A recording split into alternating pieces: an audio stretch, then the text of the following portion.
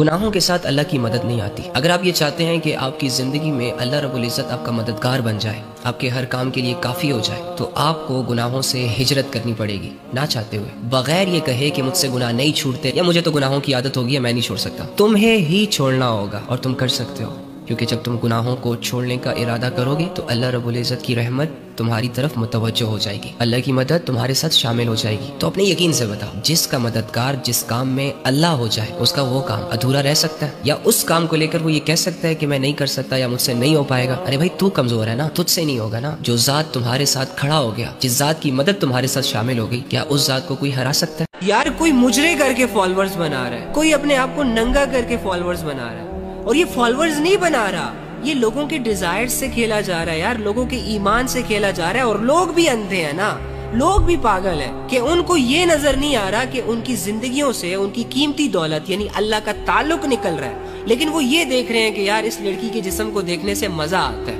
اس کے فگر کو پوائنٹ کرنے سے، اس کی باڈی کو ایکس رے کرنے سے نا ڈیزائرز بڑی ہٹ ہوتی ہیں یار۔ جب بندہ ڈائیلاگ مارتا ہے، جب بندہ سوشل میڈیا پر آ کر سو کولڈ بدماش بنتا ہے نا، تو اس کے بڑے فالورز بنتے ہیں، بڑا پیسہ آتا ہے اس کے پاس، یہ وہ فلاں۔ تو ان کو یہ نظر نہیں آ رہا کہ اوپر آسمانوں پر بھی تو ایک نظام چل رہا ہے نا، یہ دو فرشتے بھی تو ویسے نہیں بیٹھے نا، یہ بھی تو کسی وجہ سے بیٹھے ہیں۔ اپنی زندگی بدلے، نفس اور شیطان نے بہت کھیل لیا آپ کے ساتھ، اپنے اللہ پہ بھروسہ کرے۔ جب آپ نے نفس اور شیطان پر بھروسہ کیا، انہوں نے تب تمہیں دھوکے دیے، لذت دی، لذت کے بدلے ذلیل بھی کر دیا۔ اب اللہ پر بھروسہ کر کے دیکھیں۔ اللہ پر بھروسہ کرنے کے بعد اگر آپ کے دل مطمئن نہ ہوئے، اگر آپ کی زندگی بدلی نہ، آپ کے غم ہلکے نہ ہوئے، تو پھر کہیے گا تھوڑی سی محنت تو سٹارٹ کریں اللہ کے لیے، اللہ کی رسی کو مضبوطی سے پکڑ لیں۔ دنیا جیسی بھی ہے، دنیا کے لوگ آپ کو جو بھی کہیں، اس رسی کو نہیں چھوڑنا۔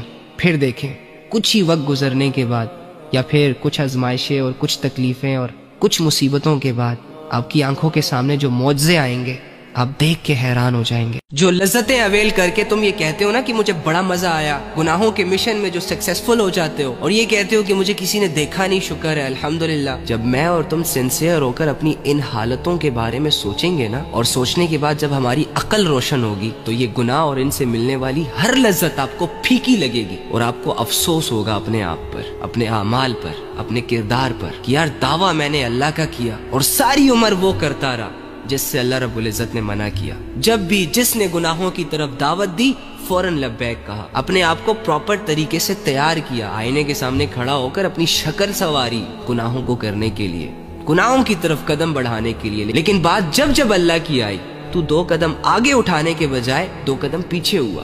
اور لوگوں سے کٹ آف ہو جانا، ہاتھ پہ ہاتھ رکھ کر کسی کونے میں بیٹھ جانا صبر نہیں ہوتا۔ اپنے غموں کو سوچ کر، اپنی پریشانیوں اور اپنے برے حالتوں کو سوچ کر، اپنی زندگی میں موجود اپنی اچھائیوں کو بھول جانا، راحتوں کو بھول جانا، اپنا مزاج چینج کر لینا، صبر نہیں ہوتا۔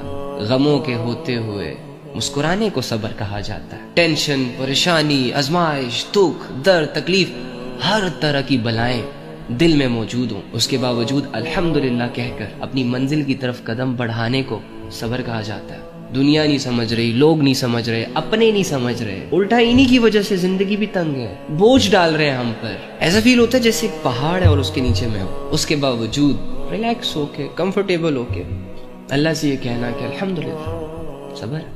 اللہ فرماتا ہے کہ الہاکم التکاثر حتی زرتم المقابر، تم لوگ دنیا حاصل کرنے کے چکروں میں ایک دوسرے کو کراس کرنے میں لگے ہو، محنتیں کر رہے ہو، کوششیں کر رہے ہو، دنیا کے پیچھے پاگل ہو، حتی زرتم المقابر، اور وہ وقت آ جاتا ہے کہ تم لوگوں کو قبرستان لے جایا جاتا ہے۔